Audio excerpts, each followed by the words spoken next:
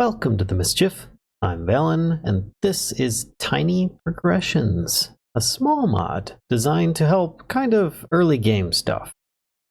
But not to say that it's limited to early game stuff as well. It also has a little bit of slightly later game things as well. But let's start off with this mod. Now, it's highly configurable. There's a lot of options in the config, so I recommend you check them out. But like the armors and weapons and stuff. But let's get into some of the blocks. It adds a bunch of compressed blocks as well as a few decorative ones.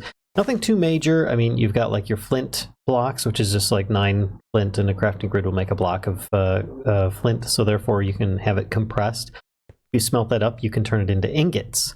You also have smooth end stone. Allow me to actually grab some of this stuff here. There we go. The recipe for this is just 4 end stone will get you 4 smooth end stone. So therefore you can just, use it a little bit more decorative than the usual Swiss cheese texture of end stone, I guess. Then you've got your granite brick, which of course is going to be polished granite. Will get you some granite brick. Same thing with andesite brick. It's gonna, 4 of those will get you the andesite brick, and then of course the diorite brick. But these are actually a little bit more palatable than the vanilla textures. I think it's because they use like a polished version plus the brick texture, so it kind of breaks it up, makes it a little bit nicer. Then you've got your compressed bone blocks, which of course are just made up of 9 bones. Then you've got your compressed flesh blocks, which are made up of 9. You guessed it, rotten flesh. Then, of course, there's your nether star blocks, which are made up of 9 nether stars. Not that you're really going to use a lot of those. And they are animated because, well, hey, it's 9 nether stars. Those things aren't exactly as easy to come by. Then you've got your charcoal blocks, which are much more useful. You can actually burn these in a furnace, and they work just the same as a block of coal. And then, of course, it gets into some other recipes, like reinforced glass. Reinforced glass, it's got kind of a weird recipe. It uses dirty glass, which, let's see, I've got dirty glass down here. Recipe for dirty glass is just like some regular glass plus some soul sand will get you some dirty glass.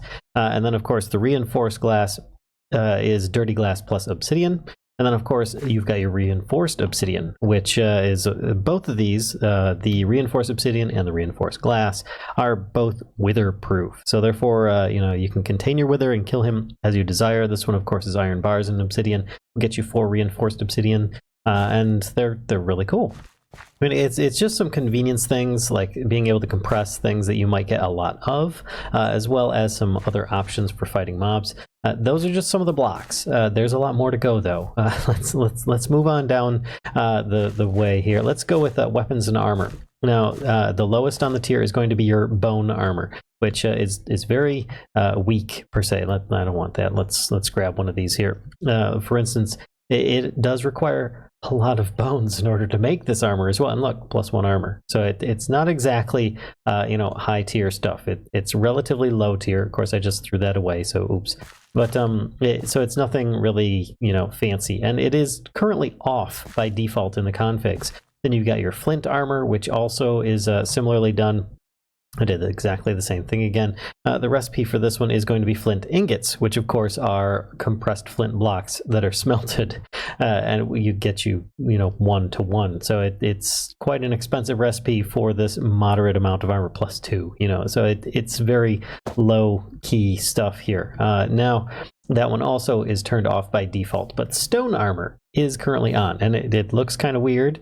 But let's put some of this on here, but you can camouflage yourself quite well with it. There you go. And just to give you an idea, now the eyes on my avatar don't quite match up with the helmet, but that's just my avatar. But you can easily hide in a stone cavern quite nicely with this. But this armor is relatively good. It's better than your like wooden armors in some mods, but weaker than iron armor. It's going to be weaker than gold armor, but a bit more durable. But it also gives you slowness. But it is better than nothing at the beginning, and stone is something that you're going to be able to get somewhat frequently early on in the game. And this is currently on when you by default in the mod. So therefore, you can get yourself some stone stuff here. Now, on top of all that, there are a few other things. There are tools. You've got your bone swords, bone axes, bone pickaxes, bone shovels, and bone hoes, and then you've got the same thing with the flint items. Of course, the stone ones are already in vanilla Minecraft, so that isn't needed for upgrading. But these are relatively weak, but then again, they are not very expensive. Now, the recipe for this is just regular bones, so you're not using like blocks of bones or blocks of flint. Well, those ones maybe you are. No, you're not. You're using flint. So the weapons are actually cheaper, but they are very weak in comparison to some other tools. You could easily upgrade to stone quickly, but these are also turned off by default.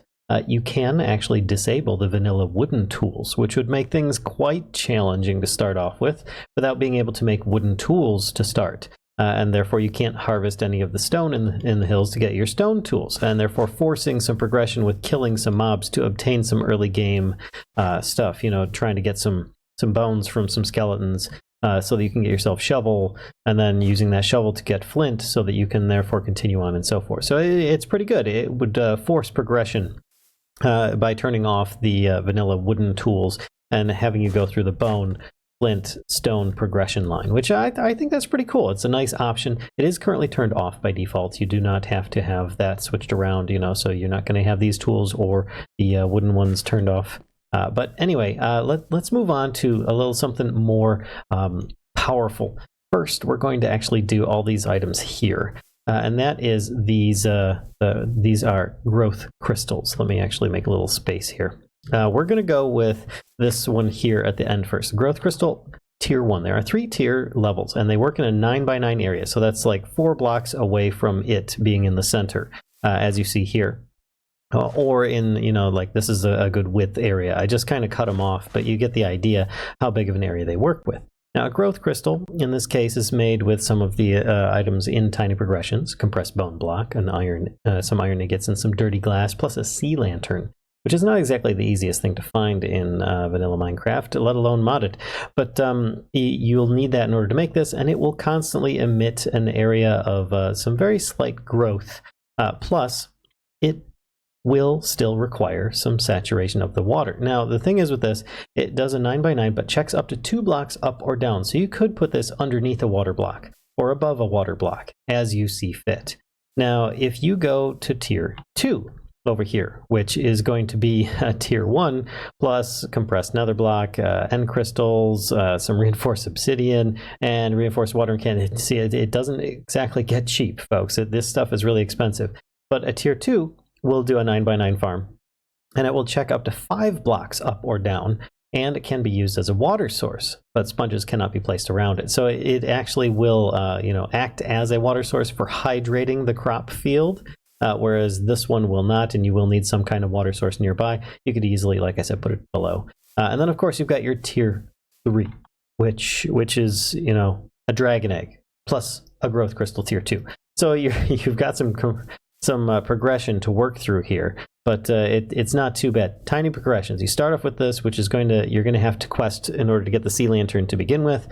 And then here you're going to have gone through the end at least, and then here you're going to have gone through the end, salvaged a bunch of parts, and killed the Ender Dragon just for this one item.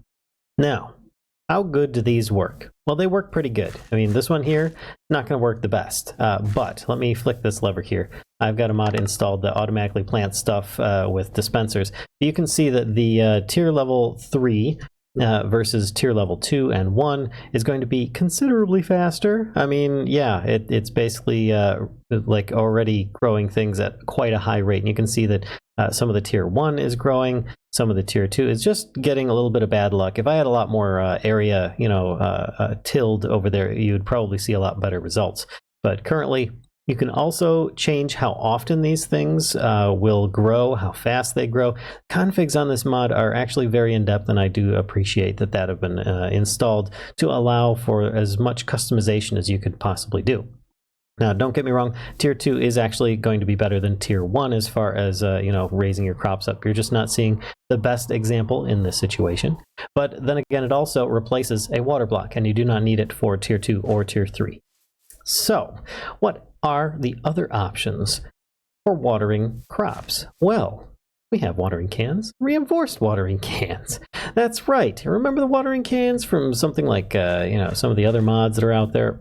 Well, these ones aren't too bad. You don't have to refill them, which is my favorite thing. Now, the recipe of the simple one is just some iron ingots around a bucket of water. And of course, you water it, and it will water a 3x3 area. Now, let me grab some seeds here. And I'll actually plant this entire area here. The reason I'm planting more is so that you can see that it's only going to actually affect a 3x3 area. I'm going to aim at the middle of this lily pad. It will water all around it, and slowly you'll see some growth ticks happening in the area around it, but it's not going to affect anything beyond like the 3x3 area, which of course is just going to be here. Now, of course, it is daytime. These are hydrated areas, so you might see some growth regardless on some of the areas around, as you were seeing here, this one. That is not from the watering can, that's just vanilla growth. It just happened to grow. Now, if I use the reinforced watering can, this one here is very expensive. It requires another star, but it's not as expensive as either of those things are. This is just a portable item, and it is a 5x5 area, so it will reach an extra layer around, and it will water at a much faster rate. Oh my gosh, it is ridiculous. It's pretty sick, actually.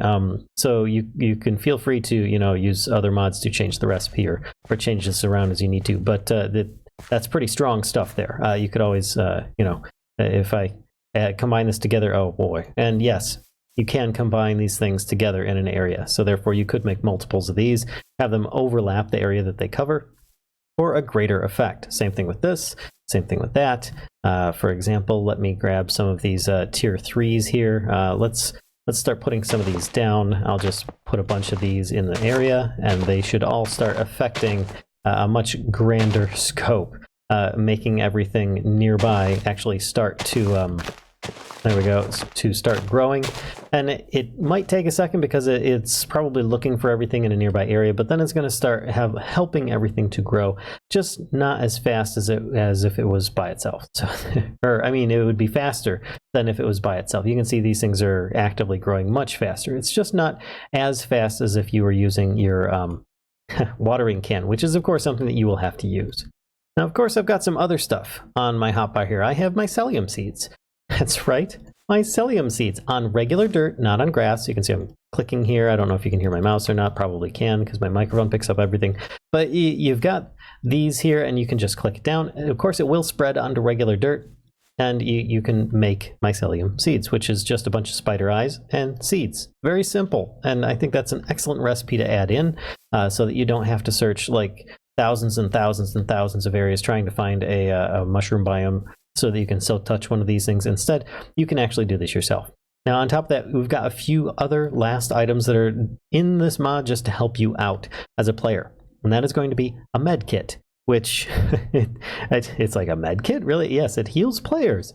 It's just some paper, some rose red, a couple leather, and some glistering melon. And you're probably thinking, well, that's really cheap because one slice plus like a little bit of gold nugget. Wow, what does it do? It just heals a little bit.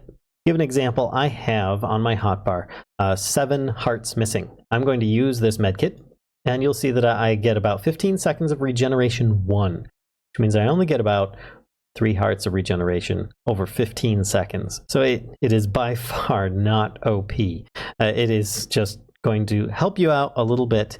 It's kind of like a early mid-game health option, so that if you don't have brewing yet, you still can use something to help you replenish your health in a pinch, though it's slow enough that you're not really going to benefit too much from it. But there are other things like the emerald apple and the diamond apple, which are, of course, guess what? A bunch of diamonds around an apple and a bunch of emeralds around an apple. It's very simple recipes. But the diamond apple, as it says here, gives you fire resistance, regeneration, resistance, and speed. So let me eat one of these. Not to mention, it also gives you a little bit of hunger filled up from eating an apple. But you can see here, you get about a minute of resistance and speed and about 10 or 12 seconds of regeneration and fire resistance. So that initial bit falls away, and then you're left with some speed and resistance so that you can still move around. And it's only like level 1, so you're not getting like massive buffs from those things. Then you've got your emerald apple, which will give you absorption, speed, and saturation. So bait this, Of course, that's going to fill up my saturation, which you can't really see on a vanilla thing. I'd have to have something else installed, but the saturation goes away, the resistance is up, the speed is up. Or, sorry, the resistance is still left over from before. Speed is left over from before, but I had absorption, which is gone. That one goes away very quickly, so I recommend you use it as needed in boss battles or something like that. Perhaps if you're going through some kind of challenge fighting the the Ender Dragon, so you can get yourself your growth crystals, something like that. That might be a good alternative, or even your withers. But that's not all. I have a whole bunch of cobblestone generators to go over. There are 5 different levels. First level is made probably with the most complex recipe, though the least expensive. That's going to be a bunch of cobblestones, water bucket, lava bucket, and of course some glass of some sort. You put that on top of a hopper or have something piping out, and it will slowly generate cobblestone. You know, every so often it will create some cobblestone, and it will, you know, you can have it go into a chest. Very simple. Now, of course, your tier 2 is going to be a little bit more expensive with a bunch of iron ingots around it, which shouldn't be too difficult to come up with, and it is going to be much faster. As you can see here, it is currently blinking, blink, blink. So therefore, you're getting a bunch more cobblestone. Now you've got your tier 3, which gets really expensive, which it's a bunch of diamonds around a tier 2. And of course, I think you guys see where this is going. Now you see here, cobblestone is going, it's like, wow, what is happening here? It's just filling up that fast. You see how quickly that's coming in at this point. So now, if I go to a level 4, which of course, guess what? The recipe is going to be surrounding a level 3, a bunch of blaze rods. You put that up here, and you'll see that it starts filling in, and it's just constantly there. What's going on? Well, the tier 4 is actually a little faster than the other one. So then you go with the top tier. Let me grab this one here. And that one is going to be emeralds around a cobblestone generator tier 4. Put that up there. And of course, I just grabbed a bunch. So you can see it's not draining. I shouldn't have actually grabbed those. My bad. Let me grab those out. But you can see it is currently going out of here. And I think that the hoppers are currently, yeah, look at that. I've already got like, you can see how fast I can take these out. The hoppers are actually not keeping up at this point. So I think like level 3, I think, is where, yeah, the hopper can keep up. And then level 4 and 5, hoppers are not fast enough. So you'll probably, if you have some other like pipes or something installed in your mods, in your mod packs or anything like that, then that would probably be the way to go if you're going to go above level 3. But there you go. That's pretty much it for this bit by bit on Tiny Progressions. I hope you guys enjoyed today. If so, please be sure to give a like, comment, subscribe, and as always, spread the mischief to others if you think they'll enjoy this content too. Until next time, folks, I'll see ya.